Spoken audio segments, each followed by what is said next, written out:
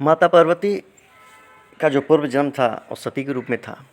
अपने पूर्व जन्म में माँ पार्वती दक्ष प्रजापति की कन्या सती के रूप में अवतीर्ण हुई थी और उस समय भी भगवान शंकर की पत्नी माँ सती थी, जो एक यज्ञ में यानी दक्ष यज्ञ में अपने पति भगवान शिव के अपमान से नाराज होकर, क्रोधित होकर उसी अग्नि में अपना शरीर त्याग दिया था। सती ने देह त्याग करते समय यह संकल्प लिया था कि मैं पर्वतराज हिमालय के यहाँ जन्म पुनः लूँगी और भगवान शिव की अर्धांगिनी बनूंगी।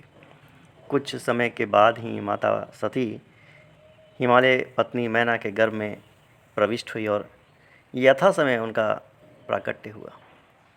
पर्वतराज की पुत्री होने के कारण वह पार्वती कहलाई। जब वह कुछ बड़ी हुई तो उनके माता पिता उनके अनुरूप वर के लिए चिंतित रहने लगे थे।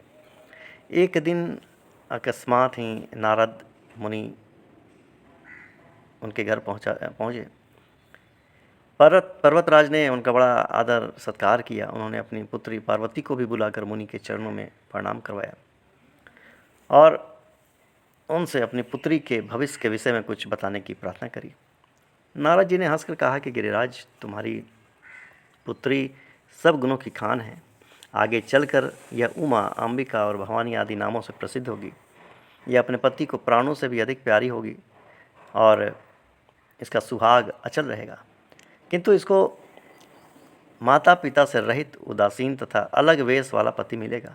मैंने वर के जितने गुण बताए, मेरे अनुमान से वे सभी शिव जी में हैं। यदि तुम्हारी कन्या भगवान शिव की तपस्या करे और वह प्रसन्न होकर इससे विवाह के लिए तैयार हो जाएं, तो इसका जो है सभी तरह से कल्याण होगा।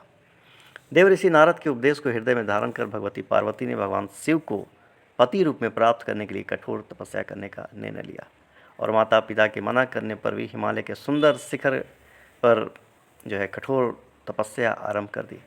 उनकी कठोर तपस्या को देखकर बड़े बड़े जो है ऋषि मुनि भी दंग रह गए।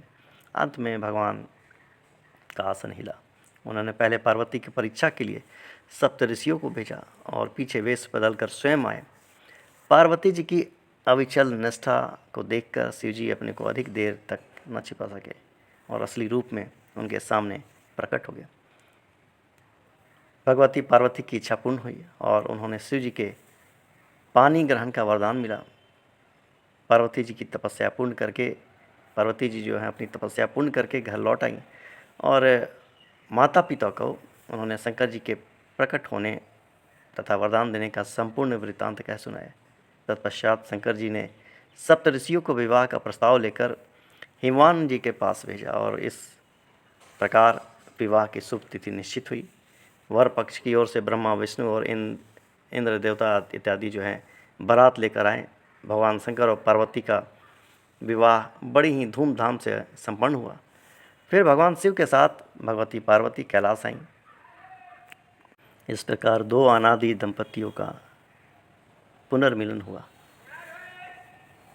भगवती पार्वती समस्त पतिव्रताओं में शिरोमणि हैं। भगवती सीता जी इन्हीं की आराधिका थी। राधे राधे।